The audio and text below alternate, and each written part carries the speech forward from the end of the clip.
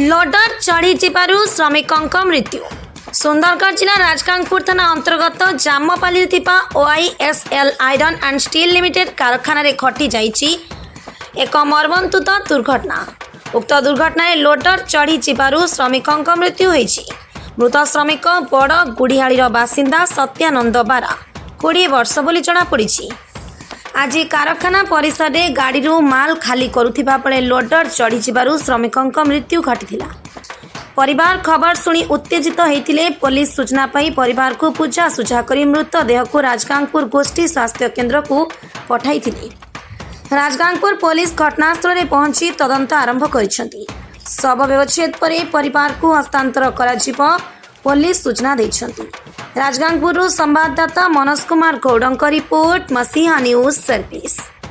आपण मसीहा news YouTube channel को सब्सक्राइब कलेनी कि जदि करिनाहंती एबे करिनियंतु।